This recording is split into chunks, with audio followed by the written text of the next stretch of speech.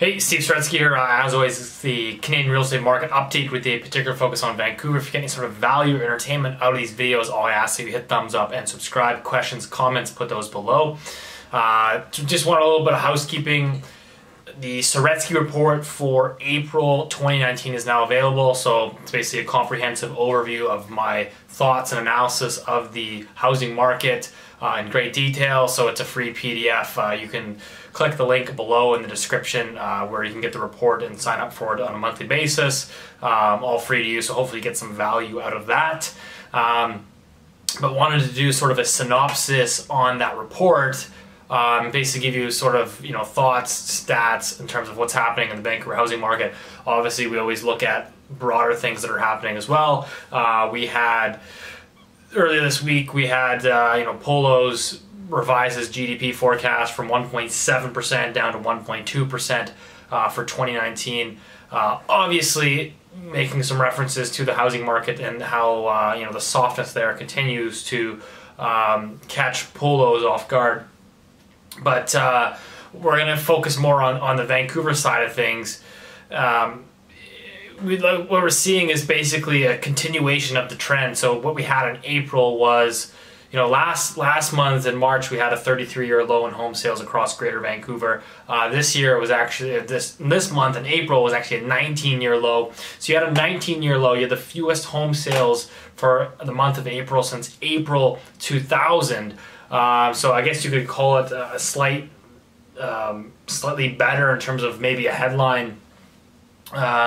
Certainly 19 years is better than a 33-year low that we had last month. But it really isn't any sort of uptick. It's just a continuation of really sluggish sales. And what I found interesting is if you actually look at Greater Vancouver as a whole, through the first 4 months of this year, so January, February, March, April, if you take that 4 months of sales and compare, the 4 months of all the other past years dating back to the 1980s, so if you go January through April on a historical basis, we are officially off to the slowest start for home sales since 1986. So basically, we're not talking like, hey, this is just a one-off month. This month was kind of slow. Let's wait and see if next month gets a little bit busier. We're now 4 months into the year. March and April obviously being sort of more peak spring selling seasons where you tend to get a lot of seasonal activity, which generally tends to portray what's going to happen in the months ahead. The spring market basically dictates generally the strength of the summer and fall markets. So the fact that we have, through the first 4 months, you have the fewest home sales since 1986, this is no doubt a stumble out of the gates, and generally sales volumes tend to lead prices. We're certainly starting to see prices moving lower across all segments. It's basically, again, a continuation. It's really just a slow drip. Each month it seems like prices are slowly just sort of inching down. But really, from a realtor's perspective and market perspective, all you have to do is sort of go back and look at previous housing downturns. And I'll use Pelosi's own words. This is basically a housing boom to housing bust. And when you go from basically peak record sales in 2016 to all of a sudden 33-year lows in 2019, there's no question that that is a boom to bust. Now it's just a matter of how the price is going to react to that. And I believe, if you go back and study the previous housing markets, that in order to get the sales volumes to begin to increase, you're going to have to get lower prices to entice people back into the market. And that basically will create sort of a clearance price to increase sales activity once again. So really, from a realtor's perspective, obviously very difficult times for the industry when you have, in Greater Vancouver, you have 14,000 realtors, and you're off to the slowest start ever in 33 years. There's no question that there's going to be some pain along with that in the industry. And so from an industry perspective, I think it's really just, at the end of the day, talking to sellers and saying, hey, listen, this is the reality of the situation. If you want to move your place, if you're serious about selling it, you got to cut your price. Otherwise, just take it off the market. You need to get those volumes to pick up. That's just the reality of the situation. Certainly, and I've seen this now where, oh, it's it's just a blip. Let's wait, 6 months. Let's wait for the fall market. Let's wait for next spring's market. And that has really backfired for, not for condo sellers just yet, but for detached people. It's really been a weak detached housing market for 2.5 years now. And in fact, it was the fewest detached home sales in the city of Vancouver since 1992, which is as far back as the data that we have in terms of aggregated data between detached and condo markets. So that just really isn't much appetite for detached homes. At that $1.5–2 million price range, $2.5–3 million. I was talking with the mortgage broker the other day. In order to buy a $1.5 million home, you have to have a substantial down payment, at least 20–25%, but you also have to have a $250,000 income to technically qualify. And so, how many people in the city of Vancouver, or in Greater Vancouver as a whole, are really making $250,000? And so these things have gotten obviously a lot more difficult with the stress test. So that's just kind of what it is, and obviously we've seen the Chinese money pull back, the Chinese capital flight. The restrictions in China are still doing their thing, and you can see that in other property markets, not just in Vancouver. But so look at detached home prices. If you're looking at the MLS benchmark, which is really just a smooth out indicator, it's showing detached home prices in the city of Vancouver down 12% on a year-over-year basis. But just the direction of change is interesting to watch. Again, this is for the city of Vancouver, not for Greater Vancouver. Just for context, this is just an excerpt from the report. But city of Vancouver tends to lead the other property markets. Obviously, what happens in Vancouver ripples out into this outlying areas.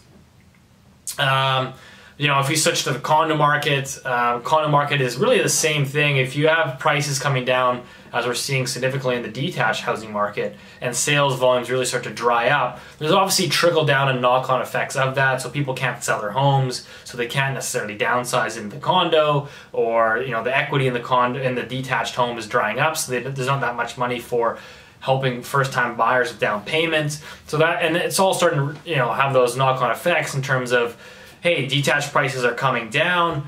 They're down quite a bit. Why am I paying $1 million for a 2-bedroom condo? So it all kind of trickles down into the condo segment, where in the city of Vancouver you had condo sales for April came in at an 18-year low. So it was the slowest April since April of 2001. And this is obviously weighed on prices. Right now you have prices down 7.5% as per the MLS benchmark.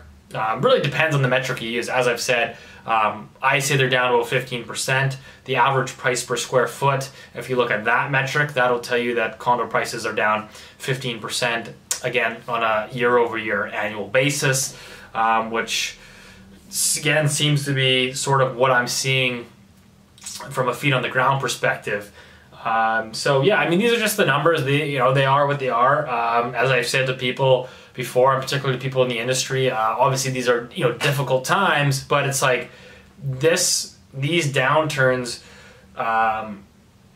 they help alleviate misallocations of capital. They help alleviate the excesses. They help purge all the excesses in the industry. They remove your C and D players.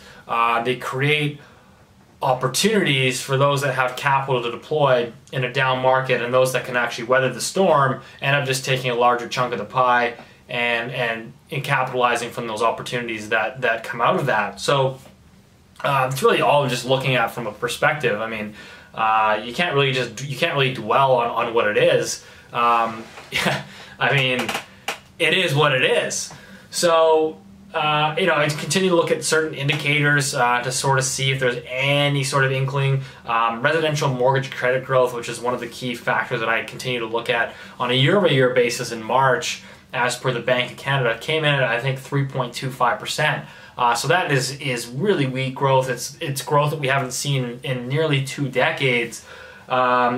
Now, on a 3-month annualized basis, residential mortgage credit growth is it appears to potentially have bottomed and is beginning to pick up a little bit, but the growth is still so benign that it really isn't going to be able to effectively drive any real growth. It looks like it's going to be stuck in that low growth channel for quite a long time, and that really just comes down to, again, the household balance sheet really just pushing on a string at this point, where monetary policy is becoming less effective, right? So I mean, even if you were to get a slight drop in interest rates, like in mortgage rates, right? Like, I mean, mortgage rates have come down, 30, 40 basis points since they peaked, 3 or 4 months ago, and it really hasn't provided any stimulus, right? So, I mean, that was like the argument was like, Vancouver spring market, that's going to be the real test, and, perfect, right on time, we've had a drop in mortgage rates, that should provide some little bit more stimulus to the market, but really the sales numbers aren't showing that, and I think, I had this conversation with a good friend today, was that at the end of the day, it's really about confidence. And so it's like, even if you to drop, again, you can drop the rates down. You can drop them. You can drop your 5-year fix from 3.5 down to 3%. But if there's no confidence, if there's no desire to actually borrow the money, right?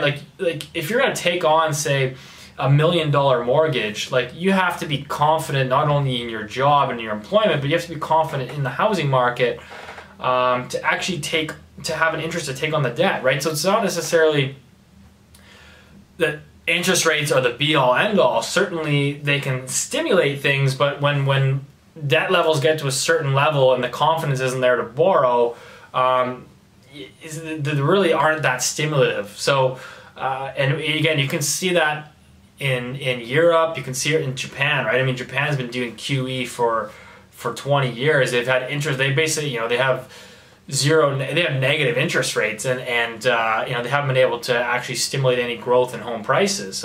Partly there's some other factors to that. Obviously, they have a declining population, but it is the reality of the situation. So, anyways, hope that video helped.